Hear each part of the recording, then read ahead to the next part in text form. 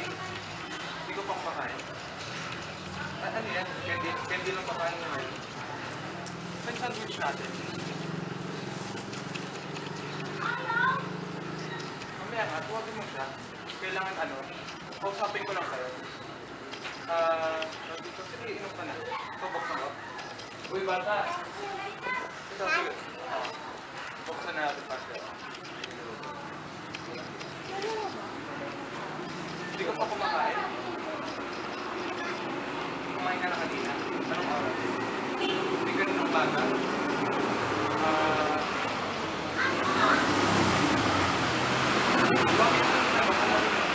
Bakit libre lang naman. Libre lang. Sige lang takpan muna natin. Takpan muna natin. Sige. Kilala mo ba si Jesus? Kilala mo si Jesus? Kilala mo? Sino siya? Sino si Jesus? Siya yung nasa langit. Sino siya? Ano natin siya? Hindi mo, okay lang. So di ba siya yung Diyos natin? Siya yung sa kanya tayo nagdadasal. Di ba? Ano palo mo kay ano yung kinakain ko? Candy? Ayaw mo nung kain itong sandwich? So sustansya yan?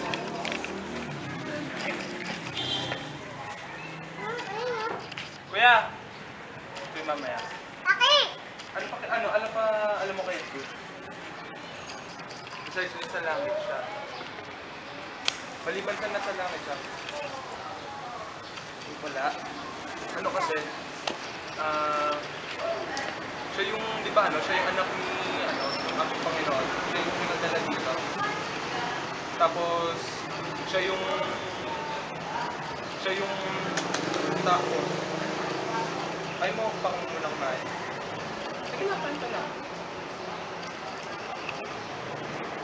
Sige, kain ka na. Nasaan magulang mo? Nasaan magulang mo? Sa bahay. Ano nagawa nila? Anong gawa nila? Ano? Ay, tinda? Tatay mo? Kabite? Ano gawa nila natin sa kabite?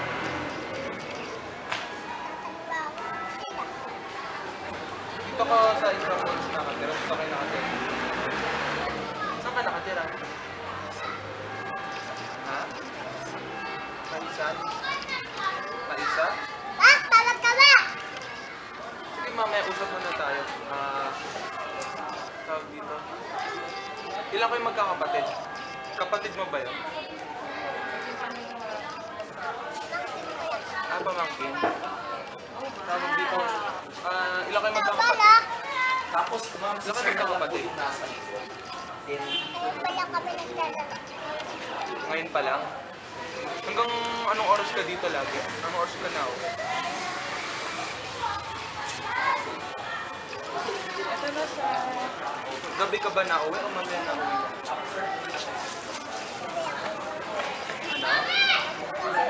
Gabi kayo nauwi? Ay si tatay, kailan nauwi? Araw-araw ba siya nauwi?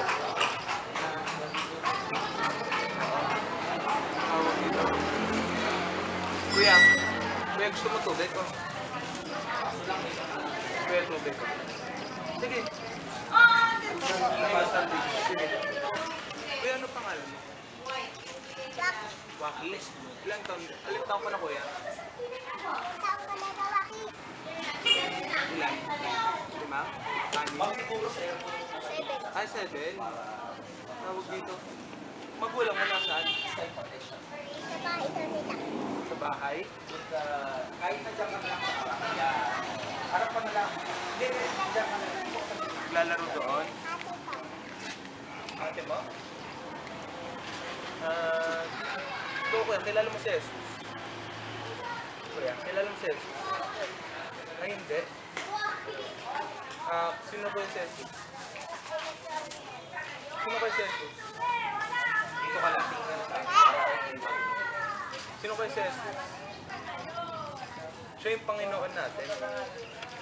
Siya yung pinadala dito ng ating Panginoon na taong anyo para malaman natin na may Diyos tayo. Siya yung sinasamba natin, di ba? Oo. Kaya, saan magulang mo? Bahay? Ilan kayo magkakapatid? 12? Ay ano, 12? 12 kayo magkakapatid? Ilan ba? Dalawa silang kapatid. Ha? Pang ano ka kuya? Ikaw ba? Pang ilang ka? Magkakapatid? Ilang kapatid? Pang ilang ka? Pangalawa? Bunso ka ba? Inom ka rin tubig, baka maano ka. Ikaw kuya, tubig. Sa'yo diba? Ay muminom? Ano oras na kayo naglalaro dito? Mga ilan? Kaninong umaga pa? Kumain ka na ba kuya? Hindi pa. Kumain ka na. Anong kinain mo kanina? Candy? Ano yun? Isda? Yung ano oras ka na ako eh? Gabi din tulad yan. Saan ka ba nakita na dito? Maisang kami. Kaisang kayong dalawa? Magkapit-bahay kayo? Ay, hindi. Paano pala kayo nagkakilala?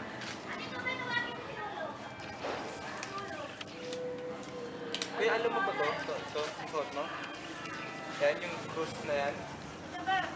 Yan, no? Yan si Jesus, oh. So, yan, no? Ako malaki. Meron ka rin? Malaki. Nasaan? Sa bahay? Oo. Yan, kuya, yan si Jesus, oh. Siya yan, siya yung Panginoon natin. Yung sinusuot mo. Sino nagbigay niyan sa'yo? Mama niya. Mama niya? Mama mo dalawa. Sabi na.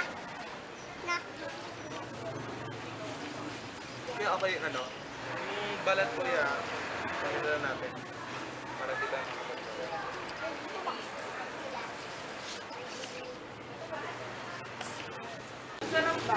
Joey. Ikaw. Ikay? Ikaw? Nandiyan. Sino pinakabata? Ikaw, ilan taon ka? Ikaw? 11. Siya? 4. Nag-aaral kayo?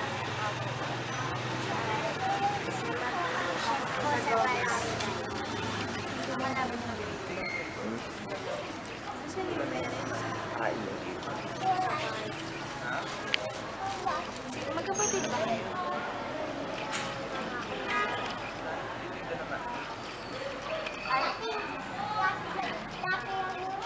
Gutom na kayo? Hindi naman. Ha? Ah,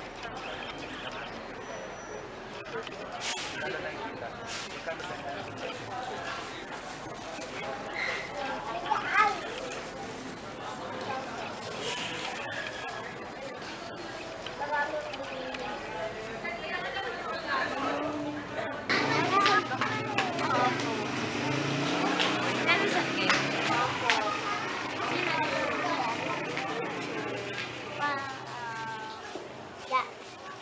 Tuwing kailan kayo nagdadasal? Pagkakain patas pag matutulog. Kilala niyo si Jesus?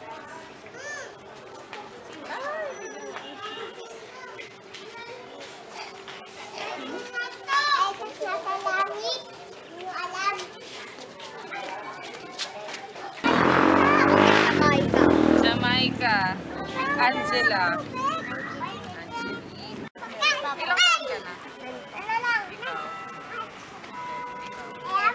Saan kayo nag-aaral? Tapos, anong grade nyo na? Okay. Sige. Kasi hindi pa kayo nagla-lunch. Bigyan ko kayo ng lunch. At saka ng water. Ano yan? Ham and cheese. Uy! Gusto nyo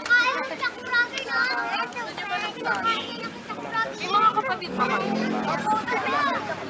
Ako isa lang. Ilan Kilala niyo si Jesus? Opo. Sino siya? Si God. Si God. Ano bang pagkakaalam niyo kay Jesus? Mabait. Tapos si Jesus, di ba marunong siya mag-share? Yun. Dapat marunong din kayo mag-share. Pwede ba i-share niyo yung mga kapatid niyo pag uwi niyo sa bahay? Pwede niyo naman sila tirahan dyan sa tinapay niyo. Tapos bibigyan ko kayo ng saging. Gusto niyo ng saging? Kaya, God. Di ako kakain ng saging. Bigay ko sa kapatid ko. Hindi ka kumakain ng saging. Bibigyan mo Nakasal daw lang kasi sa siyang kapatid. unggoy. Hindi. Pag kumain ka ng saging, magiging healthy. Ay, na kumain na Nakakapagsimba ba kayo? Opo. Saan kayo nagsisimba? Minsan gapo po. Minsan sa Nagustin. Doon na pa. Every Sunday nagsisimba kayo? Bukas po. Bukas. Simba po kami. Kuya. Ano gusto niyo maging paglaki niyo? Baka na buksan. Wow, ikaw? Ay, wag kay ko yan. Ay, Bray! Ikaw. Bray! Nagpi-pray ka ba? Ayan, dapat. Kung gusto mo maging... tinuturuan niyo sila. Wow, ang galing.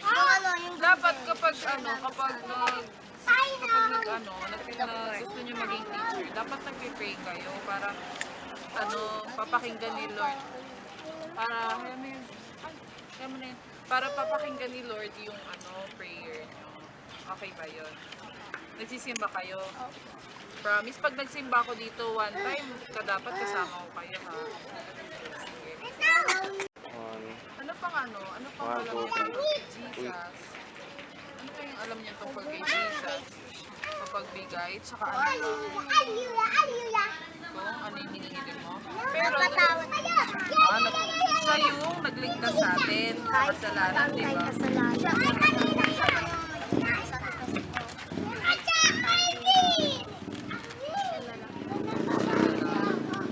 So, dapat ano gagawin ng mga tao? Kasi si Jesus, nagpipray. At saka ano pa? Ano ba? Dapat nagsisimba, di ba? Ginagawa mo ba yun? Opo.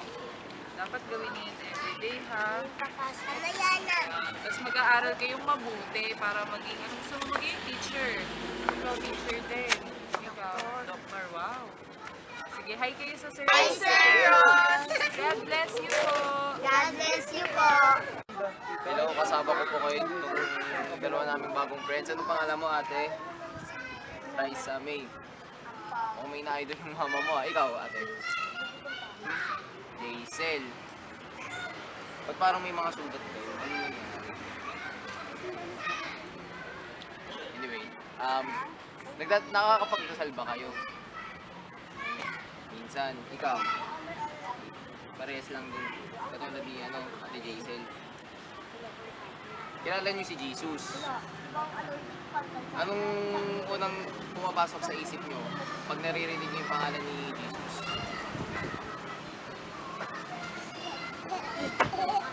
Ate, huwag ka mayaw.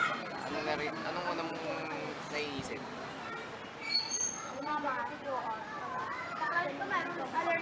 Siya, ikaw muna. Wala. Pero kilala mo to. Ito si Jesus. Si Jesus to. Hindi, nakakaramdam ka ng masaya ka ba kapag suot mo to? Masaya. Ikaw, bakit wala kang ganito? Katulad kay Raisa. Hindi ka bumibili. Hindi ka rin masaya dahil wala kang ganito. Minsan kinukuha ko yung masama binibigay Pero, tas nagiging masaya ka rin kapag suot mo yun. Pag naririnig nyo yun, nagdadasal din kayo.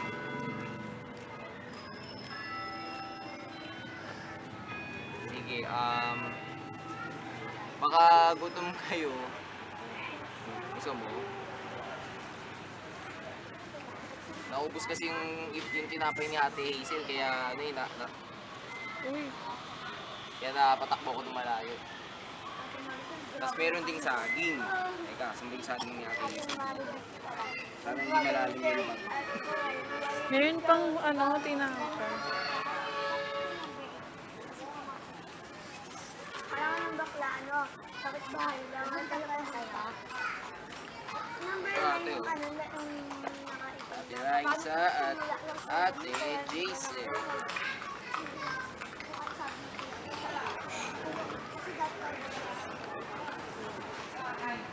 Paalala ko ha, pagkatapos natin dito, mag-pray kayo palagi.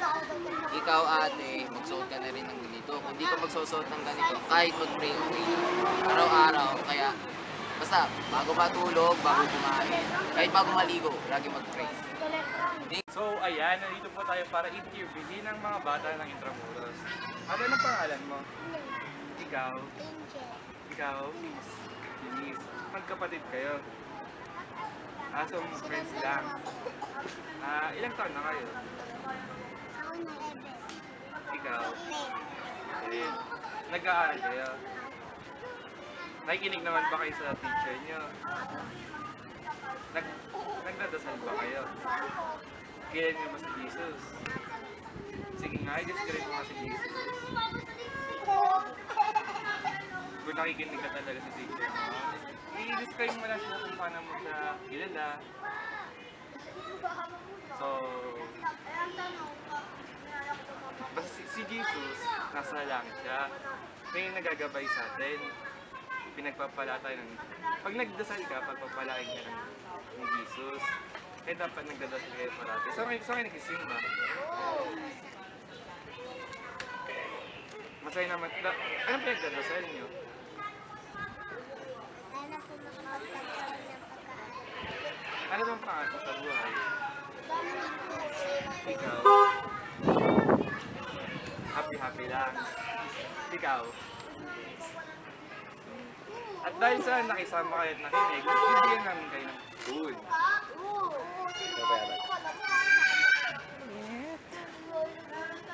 Ayan, meron sa'yo. Meron sa'yo. Para syempre, mas healthy, may saging din.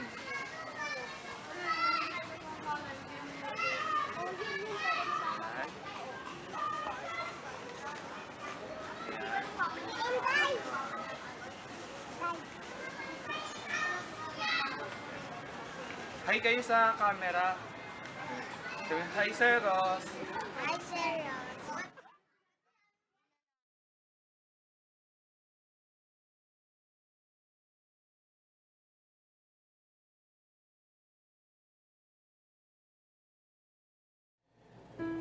Noong naghahanap kami ng mga batang pwedeng kausapin at pakainin, ako ay medyo kinakabahan ng konti. Dahil ang naiisip ko ay baka manakit ang mga batang aking kakausapin. Dahil nakakita na ako ng mga batang nananakit sa mga estudyante na nag-aaral sa loob ng Intramuros. Minsan pa nga ay namamata mga bata ng mga bato ng walang dahilan. Pero noong nakakita ako ng mga batang pwedeng kausapin, hindi ko na ito iniisip. Noong tinawag ko ang mga bata, sila ay natakot noong una sa akin. Pero noong nakausap ko sila, ay bigla na lang lumapit rin sa akin. Noong kinakausap ko ang mga bata, ako ay nahihiya na may halong konting galit para sa akin.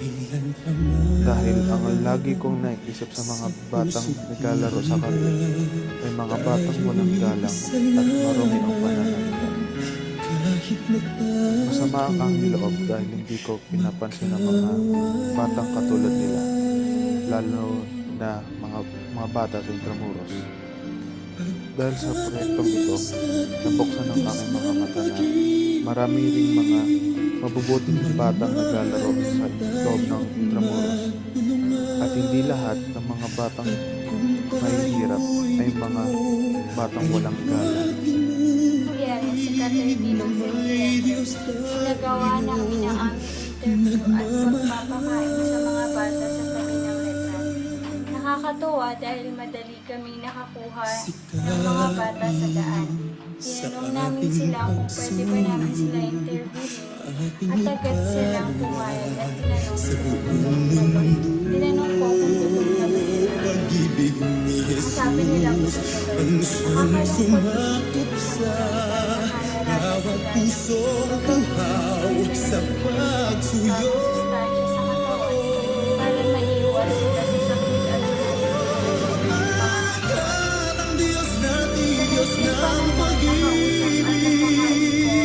at magmahalan tayo't magtulungan at kung tayo'y bigo ay huwag limutin na may Diyos tayo nagmamahal.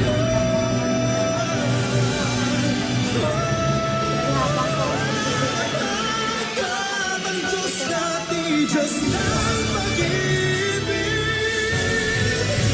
magmahalan tayo't magtulungan at kung tayo'y bigo ay huwag limutin na may Diyos tayo.